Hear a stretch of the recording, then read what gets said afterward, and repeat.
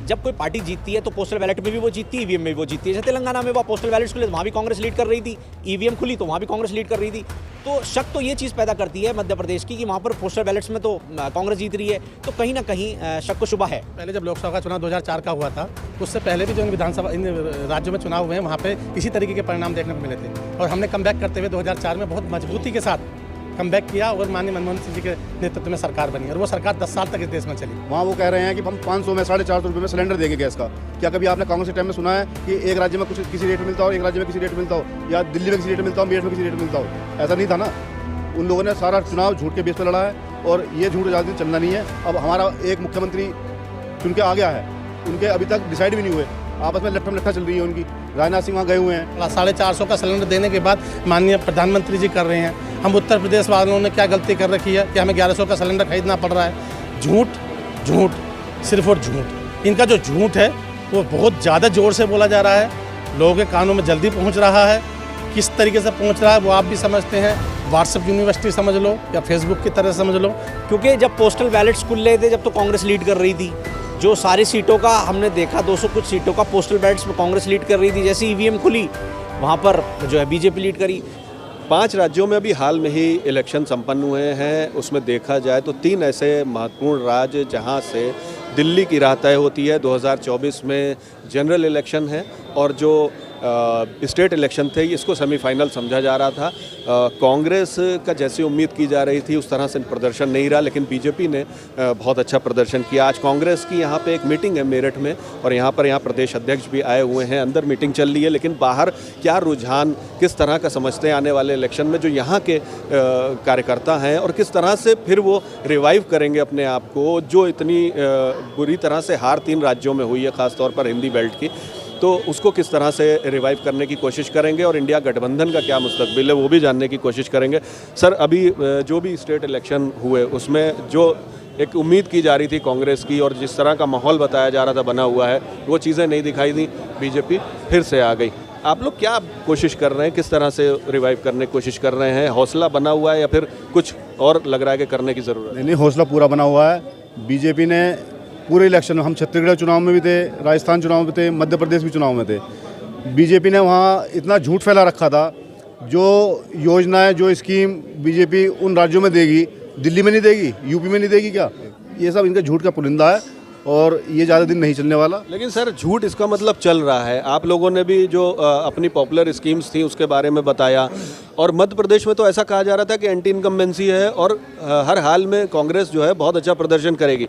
लेकिन शिवराज सिंह चौहान फिर दोबारा, उनको लग रहा है कि मोदी और शिवराज का अंडर करंट एक तरह से था शिवराज सिंह चौहान का, और कमलनाथ जो है वो डिफीट खा गए। जिस तरह से बातें की जा रही थी कि एक चेहरा है कमलनाथ और दूसरे लोग उनके साथ जो है खड़े हुए हैं कांग्रेस के, लेकिन वो चीज़ दिखी नहीं। देखिए, अब से पहले राजस्थान, छत्तीसगढ़ और मध्य प्रदेश में हमारी सरकारें थी। यदि आप लोकसभा चुनाव की बात करें तो हमारे वहाँ से एक एमपी था, केवल 3 स्टेटों से एक एमपी हमारा चुनकर आया था। लेकिन ऐसा नहीं है, अब वहाँ भाजपा आ गई है तो हम लोकसभा की तैयारी में जुट गए हैं और लोकसभा में हम पूरी मेहनत करेंगे, अपने कार्यकर्ताओं से वाद संवाद और जनता के बीच में जाना। उसी के तहत हम यूपी में भी, उत्तर प्रदेश में भी अपने संगठन को मजबूती दे रहे हैं और ईश्वर की दुआ से हम जो है इसमें कामयाब जरूर होंगे। बड़ा चेहरा कहीं पार्टी से बड़ा चेहरा तो नहीं हो गया? अब कमलनाथ की बात करें तो वो ऐसे बड़े नेता हो गए कि फ्रंट लाइन के पार्टी से बड़े नेता हो गए। या फिर अगर हम राजस्थान की बात करें तो वहाँ पर गहलोत ने ये तक कह दिया कि भाई मैं तो छोड़ना चाहता हूँ पर पद मुझे नहीं छोड़ना चाहता। तो ये इस तरह की बातें वो काम नहीं की और फिर से बीजेपी ने अपने को वहाँ पर प्रूफ कर दिया। देखिए, मतभेद तो सभी पार्टियों में है और ऐसा कोई भी दल नहीं है जिसमें मतभेद ना हो। और मैं ये समझता हूँ कि राजस्थान, मध्य प्रदेश और छत्तीसगढ़ में इतना अच्छा प्रदर्शन हमारी पार्टी कर रही थी और परिणाम स्वरूप जो आए हैं परिणाम, ये हमारी सोच से परे हैं। लेकिन हम मायूस हुए, निराश नहीं हुए और पूरी पार्टी का संगठन मजबूती के साथ दोबारा सरकार बनाने के लिए 2024 में लग गया है। और जो हमारा इंडिया गठबंधन है उसमें हम जो है सभी को एक बार दोबारा आपको मैं आश्वस्त करना चाहता हूँ, कोई इसमें कोई किसी तरह की कोताही नहीं है और सभी एक दूसरे से बातचीत सबकी हुई है। जो बैठक के बारे में इन्होंने झूठ फैलाया है, ऐसा कुछ नहीं है। और जैसा हमारा केंद्रीय नेतृत्व जैसा जो फैसला लेगा हम उसके साथ हैं और पार्टी में किसी तरह की कोई कमजोरी नहीं है। देखो, थोड़े बहुत मतभेद, थोड़े मनभेद जो है पार्टी में हर एक पार्टी में लीडरशिप के लिए रहते हैं। हमारी पार्टी ने आज मुख्यमंत्री घोषित भी कर दिया, शपथ भी हो गई। जो कभी ये कहते थे कि जी तानाशाही कह रही है, हमारी मोदी जी कहते हैं कि जी ऐसा कांग्रेस विफल पार्टी हो चुकी है, आज मुझे ऐसा लग रहा है कि उन्हीं की पार्टी में इतनी अंतर्कलह हो गई है, वो ही अपनी पार्टी को नहीं संभाल पा रहे हैं। वो अपने घर को ही संभाल लें पहले। राजा इतना हिटलर शाही हो गया है अपनी सीट के लिए, उसने इतने ताकतवर नेताओं को अपने तोड़ मरोड़ दिया है। ये उसका जो असर है 2024 में दिखाई देने वाला है और मैं संभवतः कहता हूँ कि 2024 में इंडिया गठबंधन की सरकार बनने जा रही है। धन्यवाद। कह रहे हैं कि हिटलर शाही है, एक नेता की हिटलर शाही है, जो नाम है वो आप जो खुल के लेना चाह रहे हैं वो नरेंद्र मोदी जी, लेकिन अभी भी जादू बरकरार है उस शख्स का। जब हम पब्लिक के बीच में जाते हैं तो लगता है कि मोदी मैजिक चल रहा है। हर जगह मोदी का चेहरा, चाहे वो MP इलेक्शन हो और चाहे राजस्थान का इलेक्शन हो, जो उनके पार्टी लीडरान वहाँ पे थे वो पीछे रहे, लेकिन मोदी जो है फ्रंट पे आके उन्होंने जो है कैंपेनिंग की और वो एक भरोसा भी लोगों के बीच में कायम करने में कामयाब रहे, जिस तरह के रिजल्ट आए। तो लगता है कि वो मैजिक अभी उसको तोड़ने में कामयाब नहीं हुई है कांग्रेस, और जो वादे वो कर रहे हैं झूठे सच्चे चाहे जो भी हों, जो भी आप विपक्ष कहते हैं, लेकिन वो कम से कम लोग उन पर भरोसा कर रहे हैं। देखिए, जहां आप इन विधानसभा चुनाव के परिप्रेक्ष्य में बात करेंगे, राजस्थान के अंदर एक टेंडेंसी है अल्टरनेटिव गवर्नमेंट्स की, कि एक बार 5 साल के लिए कांग्रेस आती है, 5 साल के लिए बीजेपी आती है। इस बार अशोक गहलोत जी की काफ़ी योजनाएं इस तरह से थी कि कांग्रेस का प्रदर्शन, जो 2013 के अंदर भी हम चुनाव हारे थे, सिर्फ 25 सीट आई थी, इस बार 70 सीट आई। 20 सीटों के अंदर हम 1000 से 500 के बीच में हारे हैं, 500 से नीचे तक हारे हैं। तो कांग्रेस का वोट शेयर नहीं गिरा है, कांग्रेस का वोट शेयर अभी भी बाकी है। और इतना होता है कि जहाँ जिस स्टेट के अंदर सरकार होती है, थोड़ी बहुत little bit of anti incumbency रहती है। तो ये कोई प्राइम मिनिस्टर का मैजिक नहीं, थोड़ा बहुत एंटी इनकम्बेंसी हो जाता है। और कांग्रेस का वोट शेयर पूरा था, मार्जिन और एरर जो था वो बहुत शॉर्ट था, 1-8% का मार्जिन ऑफ एरर था। 20 से 25 सीटें कांग्रेस जो थी वो 1000 से 500 से नीचे हार गई है। कुछ इस चीज़ की समीक्षा दिल्ली में होनी है।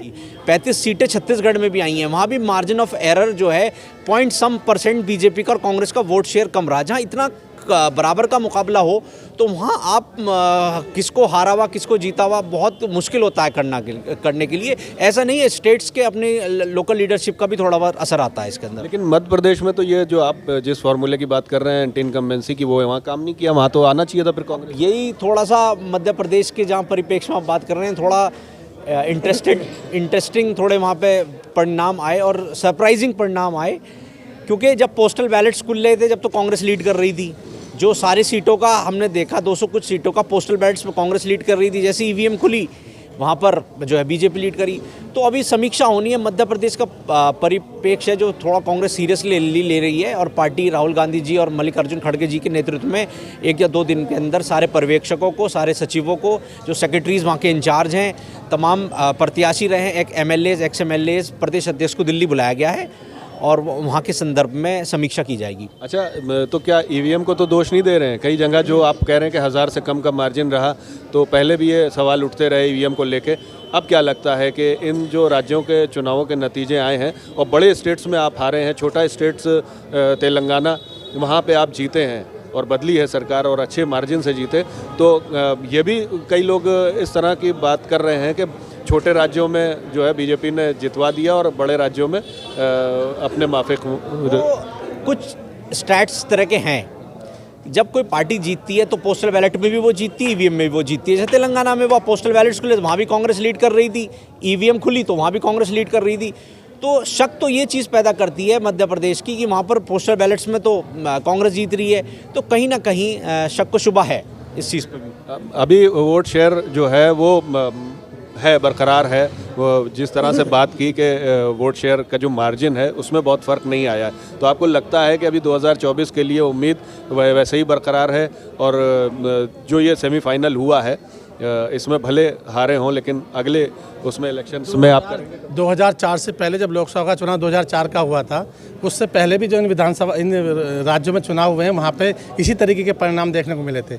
और हमने कमबैक करते हुए 2004 में बहुत मजबूती के साथ कमबैक किया और माननीय मनमोहन सिंह जी के नेतृत्व में सरकार बनी और वो सरकार 10 साल तक इस देश में चली। और जब भी हमने जो मुद्दे थे वो देश के विकास के मुद्दों पर चुनाव लड़ा था और विकास के मुद्दों पे जीत के आए थे। आज जो माहौल बना हुआ है, आज भी हमारे राष्ट्रीय नेतृत्व में माननीय राहुल गांधी जी ने, प्रियंका गांधी ने जो भी मुद्दे उठाए हैं वो बेरोजगारी के मुद्दे उठाए हैं, महंगाई के मुद्दे उठाए हैं, गैस सिलेंडर।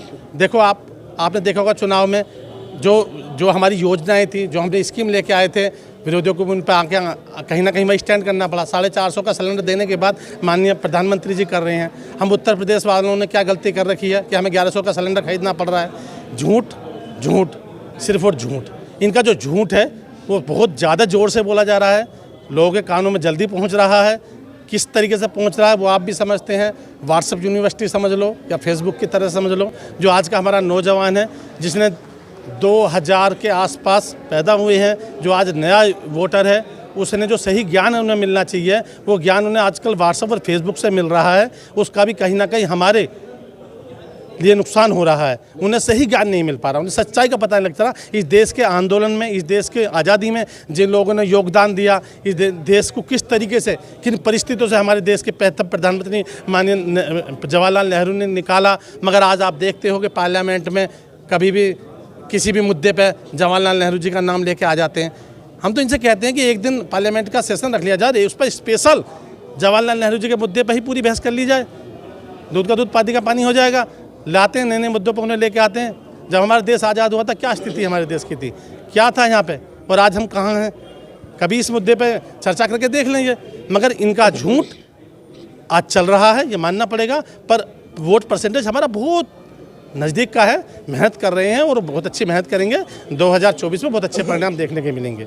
ये नहीं लग रहा है कि अभी भी वो धर्म की जो है वो चीज़ें चल रही हैं, हिंदुत्व का जो एजेंडा है उसको फॉलो कर रही है बीजेपी, और उसी को जो है सक्सेस के रूप में आगे लेके चल रही है। और इन इलेक्शंस में भी यही रहा, क्योंकि जब भी बात होती है इलेक्शंस में ये मुद्दे भी रहते हैं और प्रमुख मुद्दे रहते हैं।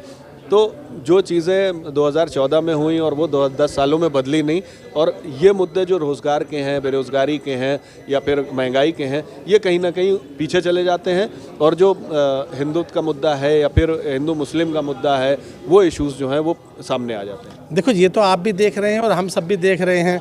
ये कहीं ना कहीं जो मुद्दा आपने लिया है ये लोगों के सेंटिमेंट से जुड़ा हुआ मुद्दा होता है, और जिसको ये भावना भड़का के उसका फ़ायदा उठा रहे हैं। पिछले 10 साल से उठा रहे हैं। 1991 में भी इन्होंने इस तरीके का काम किया था, और आज भी जो ये वोट मांगते हैं कहीं ना कहीं यही इसी मुद्दे पे मांगते हैं। हमारे गृह मंत्री जी ने अभी चुनाव प्रचार में क्या कहा था कि हम यहाँ से ट्रेन यात्रा शुरू करवाएंगे और वहाँ पर मंदिर बन रहा है, वहाँ पर आपको दर्शन फ्री कराएंगे। बेरोजगारी के मुद्दे पर वोट नहीं मांगे उन्होंने, नौजवानों के, महिलाओं की सुरक्षा पर वोट नहीं मांगे, गैस के सिलेंडर के ऊपर मुद्दे पर वोट नहीं मांगे। आज भी उन्होंने राम मंदिर के मुद्दे पर वोट मांगी। पर कुल मिला के भावना भड़काने का काम ये अब तक करते आए हैं। इससे हमें सावधान रहना पड़ेगा, हमारी युवा पीढ़ी को भी और हमारे सभी साथियों को इस चीज़ से सावधान रहना पड़ेगा। इनके बहकावे में फिर दोबारा ना आए, क्योंकि 10 साल कितनी मुसीबतों से हमने झेला देख रहे हैं। बेरोजगारी की दर सबसे ऊपर है। आज हालत क्या हो रही है, उद्योगों की हालत क्या हो रही है इस देश में, सब जानते हैं। हम चाइना के ऊपर डिपेंड होते जा रहे हैं। लेकिन उद्योगपति तो मोदी जी के साथ खड़े हुए हैं। अभी 22 को अयोध्या में जो है वो इनॉग्रेशन है, प्राण प्रतिष्ठा होगी, और सारी बड़ी हस्तियां उनके साथ आ रही हैं, एक मंच पे वो खड़ा कर रहे हैं। तो एक तो पॉलिटिकल एक मैसेज भी वहाँ से देने की कोशिश है। लगता है आपको कि ये मुद्दा पॉलिटिकली जो है वो हाईजैक कर लिया गया है बीजेपी के ज़रिए, और 22 को ये चीज़ें जो करी जा रही हैं 2024 के लिए, इसका जो है एक मैसेज देने की कोशिश है? उद्योगपति जो गिने चुने उनके हैं, जो उनके कुंडली के 2-4 लोग हैं, उन्हीं को बढ़ावा दिया जा रहा है। जो देश के संसाधन हैं उनको बेचा जा रहा है, उनका फ़ायदा उन्हें पहुंचाया जा रहा है और उन्हीं का फ़ायदा ये ले रहे हैं। आप देखिए कि आज उत्तर प्रदेश में देख लो, दिल्ली में देख लो, हिंदुस्तान के सभी राज्यों में देख लो, पिछले 10 साल से पहले कहीं किसी की पार्टी का इनका दफ्तर नहीं था। आज हर प्रदेश के हर शहर में, हर जिले में इनके 5 स्टार जैसे दफ्तर हैं। आज भी हमारी पार्टी के इस तरीके के दफ्तर आपको कहीं देखने को नहीं मिलेंगे। जो दुरुपयोग संसाधनों का कर रहे हैं, ये खुली छूट इन्होंने लूट मचा रखी है। रेलवे में प्लेटफॉर्म टिकट आज कितना महंगा हो गया है। रेलवे में यात्रा करना एक गरीब के लिए दुर्लभ हो गया। एक गरीब आदमी अगर कहीं यात्रा कर सकता था तो आज रेलवे के ऊपर डिपेंड था। आज क्या हालत उनकी हो गई है, आप आज देख लीजिए गरीब आदमी कहाँ जी रहा है। और जो उद्योगों की हालत आप बेहतर नहीं, कुछ पूंजीपतियों को लाभ पहुंचाने के लिए जो कि पलट के इन्हें मिलता है, उसी को ये सहारा दे रहे हैं। लघु उद्योगों की हालत कितनी खस्ता हो रही है। आज हमारे यहाँ 99% आइटम जो है चीनी इस्तेमाल हो रहे हैं। क्या हमारे देश की आबादी इतनी नहीं है कि उन दोनों हाथों को काम मिल सके? मगर नहीं, सरकार का ध्यान इस तरफ नहीं है। सरकार का ध्यान इस तरफ नहीं है कि देश का नौजवान रोजगार में आगे बढ़ सके। छोटे उद्योगों को बढ़ावा दिया जाए, लघु उद्योग को बढ़ावा दिया जाए। उनके ऊपर इस तरीके की लाल फीताशाही थोपी जा रही है कि उद्योग का बढ़ावा नहीं मिल पा रहा। चाइना की चीज़ों को देखिए, हर घर में चाइना घुसा हुआ है आज की तारीख में, और इसमें सरकार की गलती कहीं ना कहीं है। नहीं, पूरी मेहनत चल रही है उस पर और पूरी तैयारी। अगर ना होती हमारी मजबूरी तो मध्य प्रदेश, राजस्थान में 39% और 40%, 1.5% का मार्जिन हमारा बूथ लेवल पर वर्कर मजबूत है। ऐसा कुछ नहीं है। उत्तर प्रदेश में भी हम मजबूती के साथ लड़ेंगे। और ऐसा नहीं है 2004 में, 2009 में हमने करके दिखाया है, 22 सीट और 26 सीट लेके आए हैं। ऐसा नहीं है, अभी भी देखना 2024 में हम बहुत अच्छा रिजल्ट देंगे और बहुत अच्छी मजबूती के साथ हम लड़ेंगे और जीतेंगे। 2024 में लड़ेंगे और जीतेंगे, ये जज्बा बरकरार है। अभी भी कांग्रेसियों में 3 बड़े राज्यों में हार के बाद भी मायूस हैं, लेकिन ये है, हताश नहीं है, निराश नहीं है और उस पर काम करेंगे 2024 के लिए। ये राय थी। पार्टी के बड़े लीडरान तो अपनी राय रखते हैं, लेकिन जब हम कार्यकर्ता लेवल पे पहुंचते हैं और उनमें ये जोश दिखता है तो लगता है कि कहीं ना कहीं लड़ने का जज्बा बरकरार है। 2024 में किस तरह से ये जज्बा रिजल्ट में तब्दील होगा, ये देखने वाली बात होगी। फिलहाल आपसे यही रिक्वेस्ट है कि अगर ये वीडियो आपको पसंद आया, जानकारी अच्छी लगी हो तो लाइक करिए, शेयर करिए और नए हो चैनल पर तो सब्सक्राइब करिए। शुक्रिया।